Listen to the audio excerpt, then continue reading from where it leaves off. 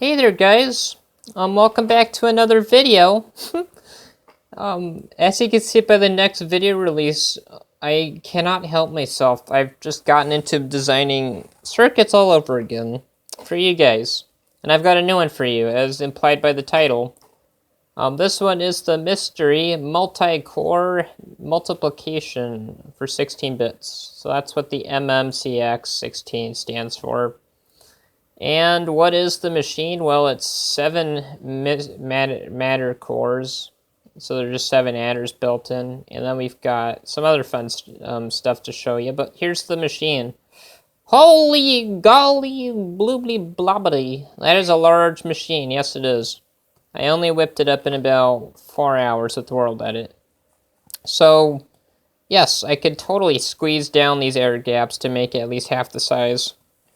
But for now, we're just going to have some fun, aren't we? So, let's go ahead and head to the input section, right? So, I have a fun idea for the input. I'm going to discuss how we do inputs first. So, this tall thing right here is the input B. And the bottom here is input A. And this is how we enable a bit. We just remove a redstone block for now. I can build proper inputs later. To get 255 times 255, yes, that's what we're going to do. We're going to get 65,025 as our answer. Why? Well, because any number that you multiply with a 5 at the end of it always ends up with the 25 at the end. So you could do 26 times 25 to get, like, is it 650? And then you add the 25 to make it 65,025. It's a weird algorithm. You can look that one up. That's a very useful mental math trick. Anyways, we're going to make sure we enable all these because the full 8 bits is 255. And, yep, we'll just keep going. I'm rambling. You guys might be I'm done with you rambling. Dislike. Downvote. I don't know. Yeah, so there you go. Yeah, Annoying Mysteries back at it again. And yeah, I did some previous inputs for testing, because why not? It's fun. Alright, so watch how fast this is.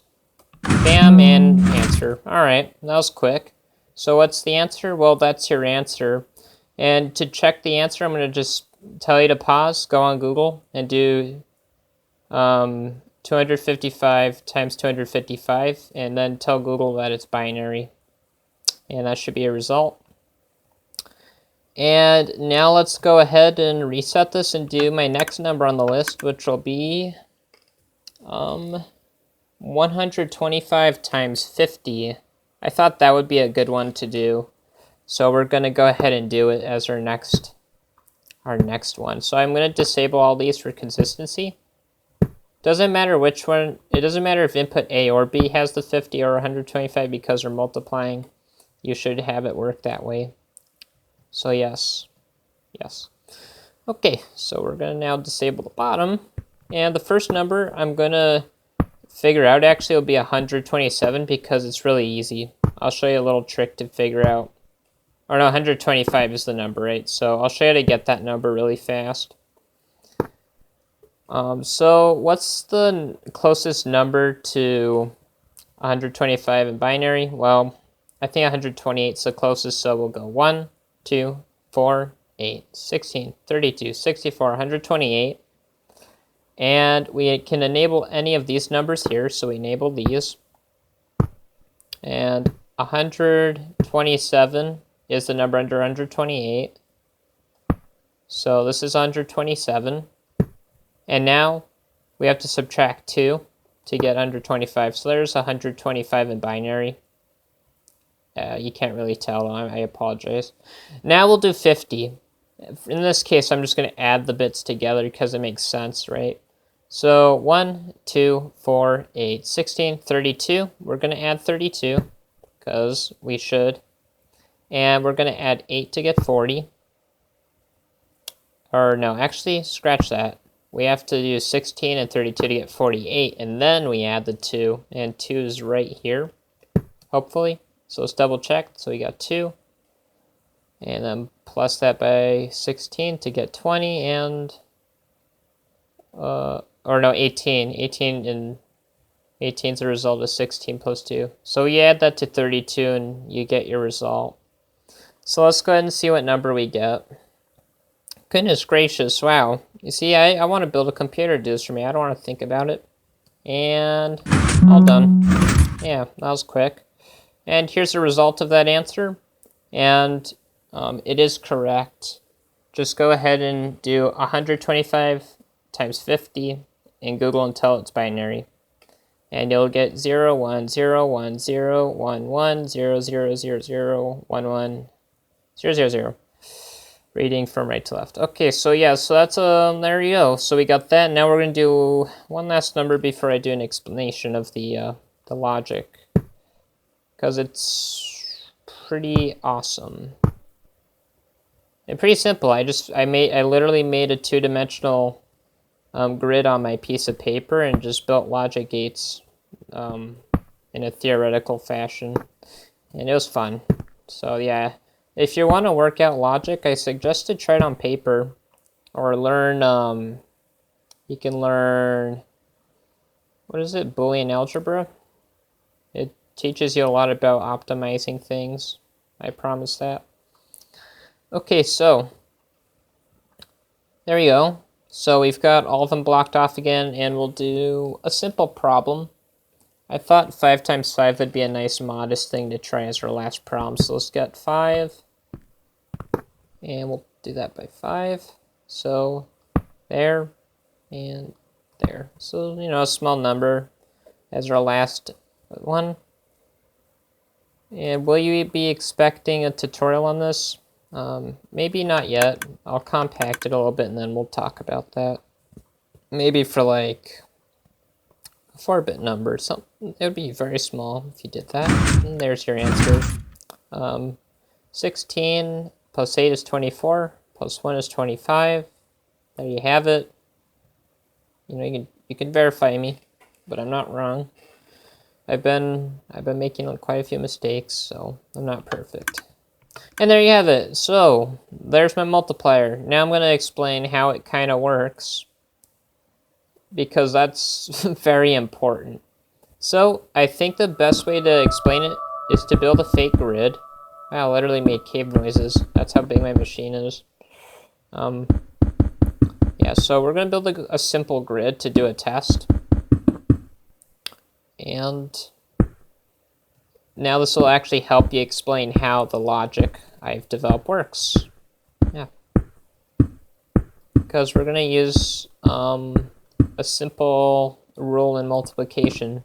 Alright guys, so what's 1 times 0? Hopefully it's 0, alright? What's 0 times 1? It's the same thing, oh my goodness. Alright, what's 1 times 1? It's not 0, it's 1. So, what does this truth table about multiplication tell us about in binary? Well, it tells us that we have to use AND gates to do kind of the first step. If you're using this hard-coded logic, at least, you can use shift logic as well, but this is going to use ANDs. Now, what I have here is the A and B inputs. Just pretend this is flipped upwards. You saw it on the end. So this is our A's. This is our B's. And now I'm going to show you how the multiplication kind of works. So I'm going to do a small number like 4 and 2, because that'll fit within 4 bits, thankfully. So let's go ahead and do 4 times 2. And wherever the lines cross is when the AND gates are and when they activate. So as you can see, we only have a number there that would work. So what does that tell me? It tells me that I need to add this number to the partial sum of those. So this is actually in the 8th bit right now, and I'll explain why. because what actually is happening with my AND gates is they're actually shifted over by 1. So right here you would have 4, but in actuality the second shift for number 2 would go to 8. And then what it does is it partially sums up that number 8, which is by itself, and you just get 8 out. So now I'll show you how that is true and how. So yeah, so as you can see, there's our A inputs, and yes, it slants up because I've built in the shift, so it's instant. Yes, so yeah, we're actually just ANDing and shifting at the same time, and apparently if they line up, then they're accounted for. That's just how it works, and you get your 8. And so yeah, you technically could use some other logic, and I'll show you the other trick. It's better for software, not for speed. There's some tricks where people do repeat addition, and that's, well, not fast. So yeah, I was going for speed this time around. Okay, so shift logic. All right, let's do 4 and 2. Right there. If we check, this is the least significant bit. Here's our most significant bit. That's a good thing to keep in mind. On the first cycle, we could tell that our least significant bit here is a 0. And if that's the case, then we just allow the 2 registers to shift. Registers are just kind of like temporary memory. And you can I made a video on shift registers. I'll put that in the link. Yeah, I think that'd be useful to keep. Yeah. So now we shifted this over, and we got 8 now in this place because it's 1, 2, 4, 8.